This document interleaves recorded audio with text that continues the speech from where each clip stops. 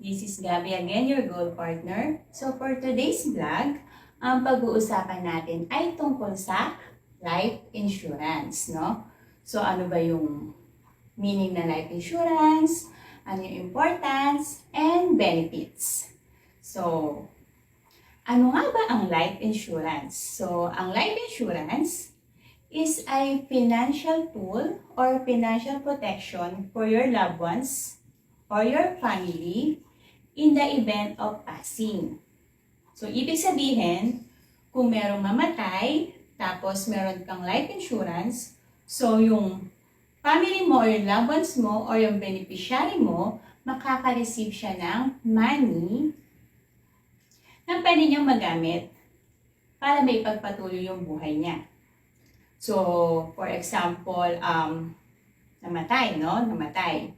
And then, meron siyang life insurance. Tapos, ang beneficiary niya is yung family niya, no? Yung anak niya, yung asawa niya. In case na mamatay siya, so automatic, yung asawa niya saka yung anak niya, merong ma-receive na money. So, for example, 1 million yung life insurance coverage. So, 1 million yung ma-receive ng asawa at anak niya para may pagpatuloy nila yung buhay nila. So, kahit na wala na yung breadwinner, may pagpapatuloy pa rin nila yung buhay nila dahil doon sa money na yon.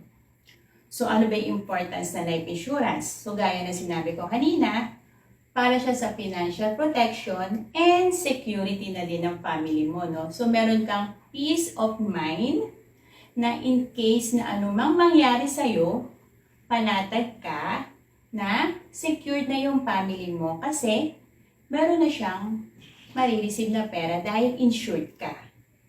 So, kung ikaw ay pamilyadong tao, merong mga nakadepende sa'yo, so meron kang anak, meron kang asawa, it's a must na meron kang life insurance. So, for security and for brighter future na din ng family mo, no? So, kasi hindi mo basta-basta kasi makukuha yung 1 million, no? In case na ang life coverage may 1 million, no? Kasi what if mamatay ka?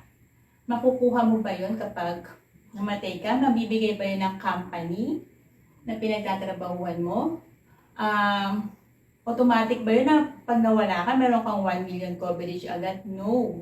Life insurance only give that coverage.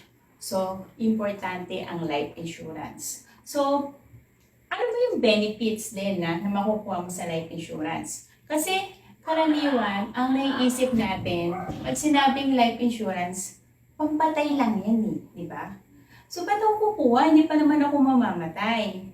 Parang, makakakuha lang ako kapag namatay ako, no? Ibig sabihin, pamilya ko lang yung makikinabang. Paano naman ako? Ako yung nagbabayad. So, ano yung makukuha kong benefit niya sa life insurance na yan? So, don't worry guys. Merong living benefits sa life insurance, no? Yung iba kasi hindi masyadong familiar sa life insurance. Ang karaniwan kasing thinking nila is pang death benefit lang ang life insurance. No. Meron din itong living benefits. So, ano ba yung living benefits niya? So, doon na tayo sa death benefit, no? Kagaya ng sinabi ko kanina. So, in case nga na mamatay, merong death benefit na makukuha yung beneficiary or yung pamilya mo or yung loved ones mo. And then, ang living benefits naman niya, kasi merong mga life insurance na merong guaranteed endowment. So, ano ibig sabihin nun? Merong guaranteed savings or income na marireceive. So, ma-enjoy mo siya habang buhay ka pa. So, pwede mo siya magamit sa emergency fund, sa travels, milestones, sa education, sa retirement, sa estate planning, di ba?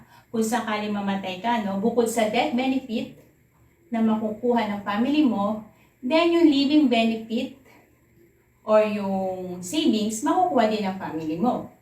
So, di ba, may additional benefits pa bukod doon sa death benefit. Ano pa ba? Pwede rin yung living benefits kasi sa investment Meron kasing mga life insurance ngayon na nakalink din sa investment. So magkakaroon ka rin ng savings. Yun nga lang, ang investment kasi hindi guaranteed yung income kasi depende siya sa stock market. So meron kasing two types ng life insurance products. May tinatawag tayong traditional and may tinatawag tayong VUL or yung Variable Universal Life Insurance. Pag sinabi traditional, ito yung mga guaranteed income or endowment. So hindi siya naapektuhan ng stock market, ng inflation, fixed siya and guaranteed yung amount. Pag sinabi naman VUL o yung Variable Universal Life Insurance naman, ito yung mga products na nakalink sa investment, yung life insurance. So parang isipin natin, bonus na lang din kasi yung living benefits, di ba? Kasi guaranteed na kung may mangyari sa'yo, automatic may marireceive yung family mo. So hindi mo na iisipin na pag nawala ka, yung family mo maghihirap.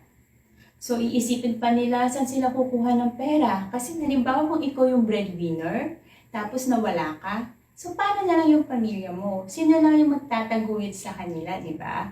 So, saan sila hahanap ng pera para ipagpatuloy yung buhay nila? So, parang emotionally, ang bigat sa pakiramdam nila na nawalan sila ng mahal sa buhay, plus, yung kakaharapin pa nilang buhay nang wala ka na, no? So, nakadepende sila sa'yo. So, what if wala ka na? So, paano na sila?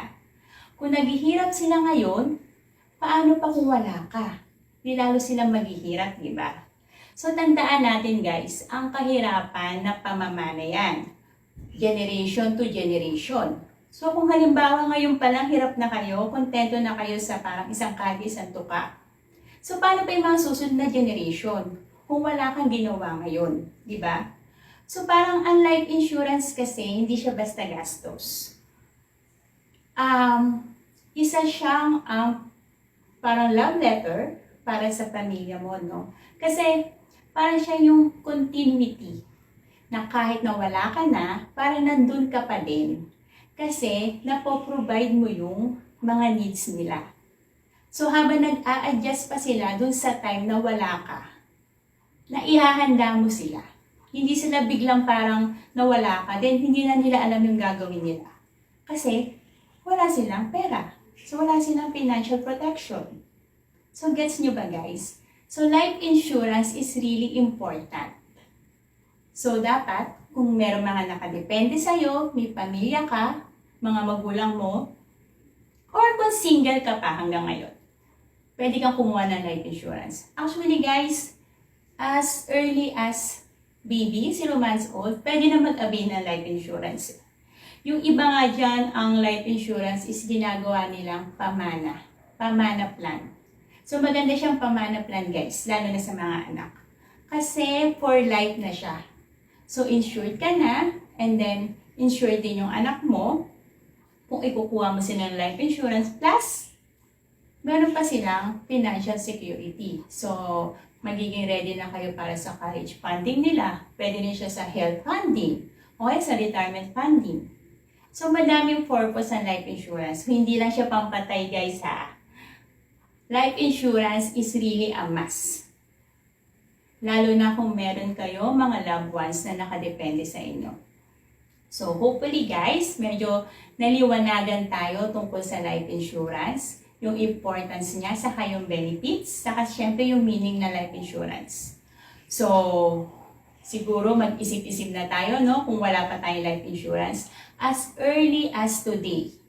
So, think guys, kung mag-a-avail ka na ng life insurance. Kasi, ang life insurance, hindi siya basta-basta na-a-avail. So, depende rin kasi sa age, sa gender, at saka sa condition. So, mas maaga, mas healthy ka, mas bata ka, mas maganda. So, hope meron kayong takeaways na nakuha ngayong araw na to para sa vlog natin. So, thank you guys!